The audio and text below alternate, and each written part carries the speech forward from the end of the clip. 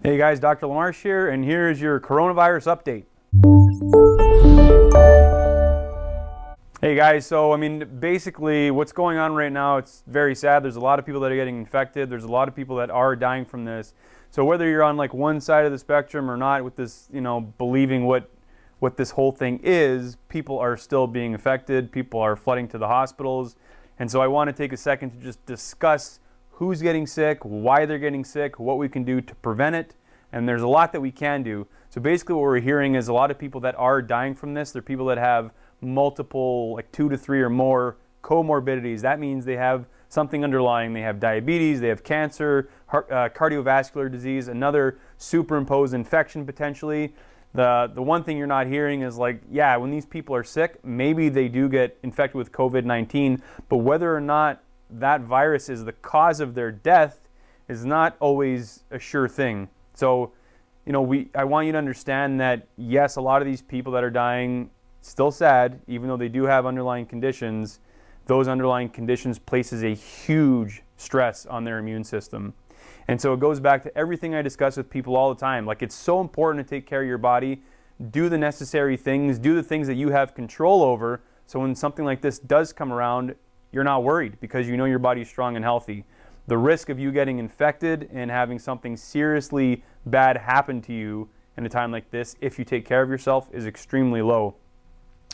But that being said, I have some stats I just want to discuss with you guys.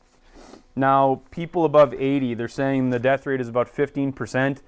That sounds incredibly high, right? And that is based on the number of people that they've tested. So what this means is, like, let's say 100 people go to the hospital, and typically the only ones, when this stuff started, the only ones going to the hospital are the ones that had severe symptoms. So they were going to the hospital, they were getting tested, and out of that group, 15% of the people were dying, over 80, okay? So not below 80, above 80.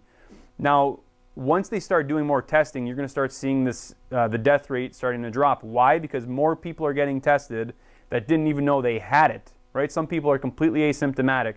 So if you test 100 people, 15 people die, it's a 15% death rate. If you test 10,000 people and 150 people die, death rate is now 1.5%. Does that make sense? The more people you test, the lower the death rate is going to show statistically. People under 60, right now, again, they're saying it's 1.5%. That's going to change. People under 40, it's 0.2%. It's also going to change. So we have to wait a little bit to see exactly what the stats are going to be, but I'm telling you, they are going to be different for sure. 0.8% of the victims, they're saying, currently had no previous pathology. So under 1% had nothing underlying.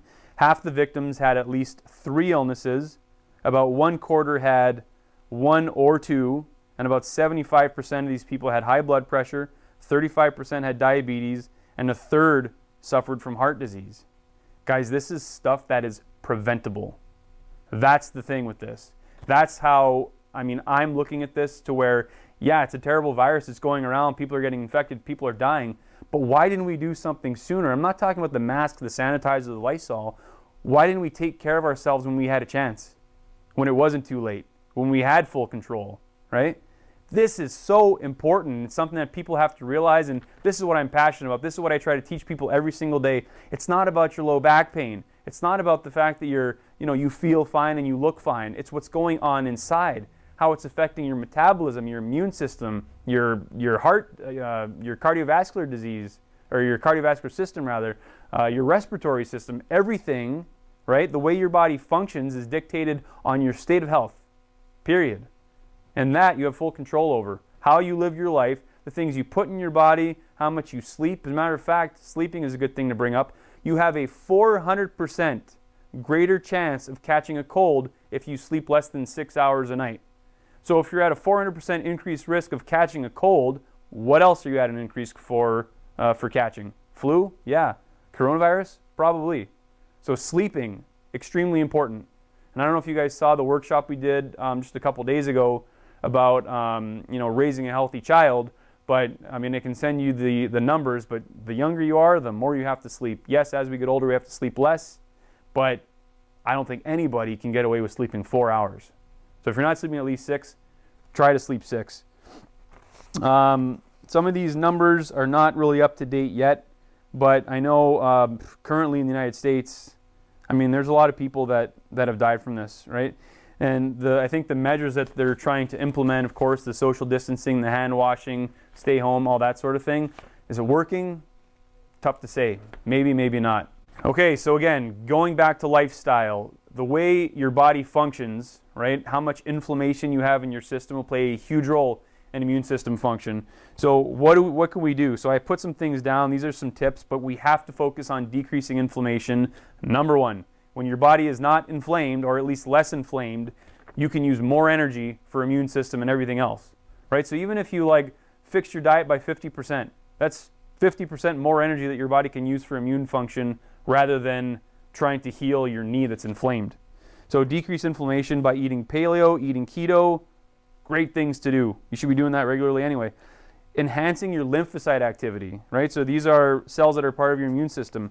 B12, and if you can't get B12 shots or IV B12, which is the best, you can ingest it. You could do liposomal, so sublingual. It'll absorb into your system. It'll bypass the stomach, go right into your bloodstream. It's much more effective. Same thing with vitamin C, glutathione. Glutathione is amazing for detoxing. It's one of the best things for your immune system.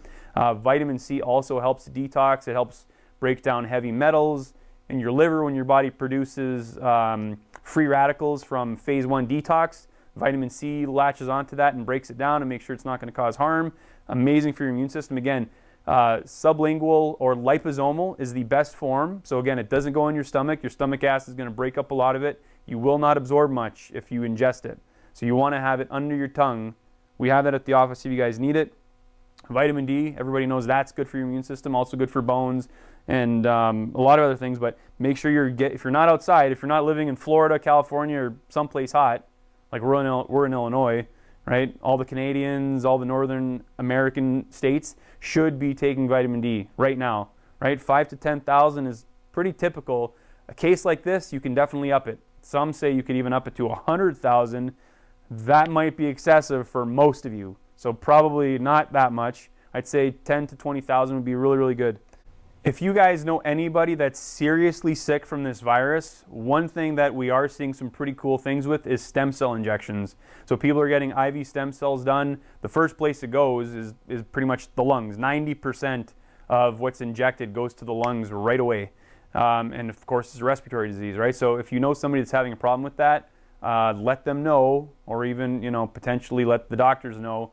Stem cell injections, because the doctors might not know. Stem cell injections really, really helpful for healing. I mean, they've taken patients that have had severe cases, they've injected them with stem cells, and they were better in 3 days. Not a ton of research yet, right? But they're trying to do more, and definitely, of course, if you're in a really, really bad state, you're probably willing to try anything. So think of that, stem cells.